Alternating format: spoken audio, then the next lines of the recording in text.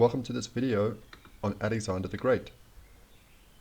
We're going to start with a bit of an interesting account of the life story of Alexander. Let's read this part. It says, an early Macedonian king, Alexander I, wanted to enter the Olympics. Since he was not clearly a Greek, his admission was debated. It was decided that his Argive dynasty, from which the Macedonian royal family came, gave credence to his claim to be Greek. So just interesting that, according to this, he wasn't clearly a Greek, and his admission is being debated. So at this point, only Greeks being allowed to compete in the Olympics. But then eventually he is allowed because of his Argive dynasty. So let's try to slowly learn about some of these terms. So we'll look at the word Argive. So it says, this word Argive, relating to the city of Argos, or to be a citizen of Argos. So a Greek city, and not surprisingly, now that we're working a lot with this mythology, there always seems to be a character in the mythology, where these names could be coming from. So we have Argus, a king of Argos. And I just want to show you why I'm just going through some of these details with you. I just want to go to the predecessor. So it tells us that the king of Argos, was preceded by King Apis. And if we go to that page, it says that Apis, not always, but is ascribed an Egyptian origin. So just trying to think about that throughout this video, this connection with Egypt. But we started thinking about, Alexander, wanting to show that he's a Greek. And then we see going through those details, so an Argive coming from Argos, and we have Argus, the first king of Argos. So we're thinking Greek, but then we see this connection to Egypt. So we'll keep trying to think about that. Now when we go to the page on this Argead dynasty, so from the Argives, to be Argives, so from Argos, it says that the Argeads claim descent from Heracles or Hercules through his great-great-grandson Temenus, also a king of Argos. So I just wanted to make you aware of this, that in this dynasty we have a Temenus, and some scholars make a connection to the Edomites this way. So we think about this name Temenus, and we think about the Bible, we have Teman of Edom. So a descendant of Esau called Teman. And then scholars make a connection with the Macedonians to the Edomites this way. But I'm not sure really if this is if we can say fair scholarship, because this Temenus is coming from Hercules according to this information, not from Esau. And this Teman of Edom, is coming from Esau, and that will be, in the line of Abraham. So I think we have to be careful not just to, jump on the similarities of, of words. So I think I just wanted to make you aware of that one, that, you might see that out there, this connection to Temenus for trying to make a connection with the Edomites. But to me, we have to also just look at what the information is saying and work with that. This Temenus with the Macedonians, it's a connection to Hercules and then to the Greek god Zeus. And it might help if you want to kind of understand the theory of this channel and what we're saying on this channel, to maybe watch this video, is what we call Greek coming from Cush, Ethiopia. That will kind of help with this video. And you'll see why. We'll touch on that. So in this mythology, we have a character called Macedon, or Macedon. And now we can see that connection with Macedonia. So it says the ancestor of the ancient Macedonians. And this is where the mythology gets very confusing or mysterious, because there's lots of different connections we're going to look at. Now the etymology of this could mean the tall ones or the highlanders. That's interesting. We might come back to that at a later point. Maybe try to refer back to that, because that could be important. So the Macedonians could be, tall maybe, or connected with the highlands, living in high regions. Okay, so we have the first connection, which is with Zeus. So that would make sense because Alexander is trying to say he's a Greek. And from what I've been studying and the way I see it, what's Greek seems to be coming from Zeus. So that makes sense. And then there's another connection with Aiolos. And just to try and keep it simple, this would make Alexander a Hellen. And Hellen is just another way really of saying Greek.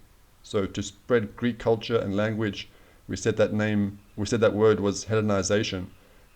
So Alexander would be a Hellen based on this genealogy. So Greek from Zeus or a Hellen. But then notice the next one, son of Osiris. So it says, now Osiris was accompanied on his campaign, as an Egyptian account goes, by his two sons, Anubis and Macedon. So now we have this connection with Egypt. And remember also early in the video we had that other connection with Egypt. Okay, and now another connection for the Macedonians, or the Macedon, son of Lycaon. Not sure how you pronounce that. But it says that this king was king of a region called Ematia. And Macedonia was previously called Ematia. So let's explore this one. Now the interesting thing is, there was a famous city in Syria called Hama, and the Greeks referred to this city as Emath or Amatus. And it's interesting that in the work of Josephus, one of the sons of Canaan, he calls him Amatus. So is this a connection? Because the son of Canaan we know as Hamath. In the Greek, Josephus could be saying it's Amatus. So this is Canaan, son of Ham. So is this actually showing a connection with Ham, with Amatus of Canaan? But we see this name in this Greek mythology, Amatus, and it even says here that Alexander the Great was called the Amatian. So we're just exploring these different things, because if we go to this, see it says here, see also Emation. We see Emation, king of Ethiopia. See, now we're getting this connection with Ethiopia or Arabia. So yeah, if you watch that video, is what we call Greek coming from Cush or Ethiopia. Notice how just following these details, we're kind of going towards or thinking about Ethiopia. And then we have Emation of Zeus, so the Greek, what we think is of Greek. And then another connection with Ethiopia, but then also look, Emation, a Trojan. So it's difficult to kind of follow this, but you're just kind of trying to look at these details and keep them in your mind and try to slowly see if does something actually start to make sense. So we've got the Trojans, we've got Zeus, so we're thinking Greek, but then we've also thinking Ethiopia. So yeah, we'll try make sense of this as we go. So let's just do a recap. So we started by speaking about Alexander trying to show he's Greek so he can enter the Olympics, but it's not clear. No, it's been debated, but he is accepted because of his Argive dynasty. And then when we looked at that, we did see a connection. We said we're going to try to keep in our minds that we have this, Egyptian origin of a king of Argos. And then we also spoke about, Ematia, that Macedonia was previously called Ematia. Now, is that Greek, or is it actually connected to Ham? Because we see that Hama was known as Emat or Ematus. And then we even have a descendant of Canaan being called Amatus, and Canaan from Ham. So is this actually, coming from Ham? And Alexander the Great called the Ematian. And when we keep exploring that word, it does bring us to connections with Ethiopia and Cush. and Cush being a son of Ham. So then, if we think about those things, is it actually strange when we think about the life story of Alexander, and we'll read this part? Alexander advanced on Egypt in later 322 BC, where he was regarded as a liberator. So he's liberating Egypt. To legitimize taking power and be recognized as the descendant of the long line of pharaohs, Alexander made sacrifices to the gods at Memphis and went to consult the famous oracle of Amun-Ra at the Siwa oasis in the Libyan desert. So this is very interesting because he's being allowed to make sacrifices, this Egyptian form of worship, but he's a Macedonian, but he's coming to be recognized as a descendant of the long line of pharaohs. So he's coming to Egypt, and it says he was pronounced the son of the deity Amun. So this might look very strange, if we didn't go through all those things previously. So remember all those connections that we had with Egypt, and also some of those things with Ethiopia. And Amun, this Egyptian form of worship, so the Egyptian god Amun, is being connected to Zeus. So identified with the Zeus in Greece. So the Greek god Zeus being identified with Amun, the Egyptian god. So, is it saying that Amun is the same as Zeus? So it's this connection of what we think is Greek, but it's also connected to what's happening in Egypt, the worship in Egypt. It might not be exactly the same, but is the source the same? Zeus and Ammon, is it the same source, the same character? So Alexander, the Macedonian, coming to say, I'm a rightful ruler of Egypt because I descend from the long line of pharaohs. So is his claim legitimate? Is he actually a legitimate descendant of the long line of pharaohs? So yeah, that's very interesting for Alexander.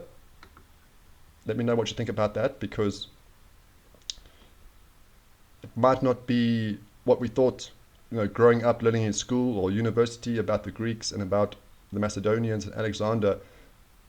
If you watch this video, now you might be thinking a little bit different. You might be, just thinking, what did I really learn? Because, is Alexander actually really descended from Ham? And that might be, surprising if you, depending on what you've learned and what you've studied. But I would like to now, for the next few videos, think about what we read in the previous video, why Macedonia and the Macedonians had never been Greek. So the Macedonians are not being accepted as Greek, but eventually Alexander is, according to this. So the royal family may be accepted as Greek, but what about the actual, the population of Macedonia? Who were the Macedonians, the population, and we'll also think about the region. So thank you for watching this video, and we'll see you in the next one.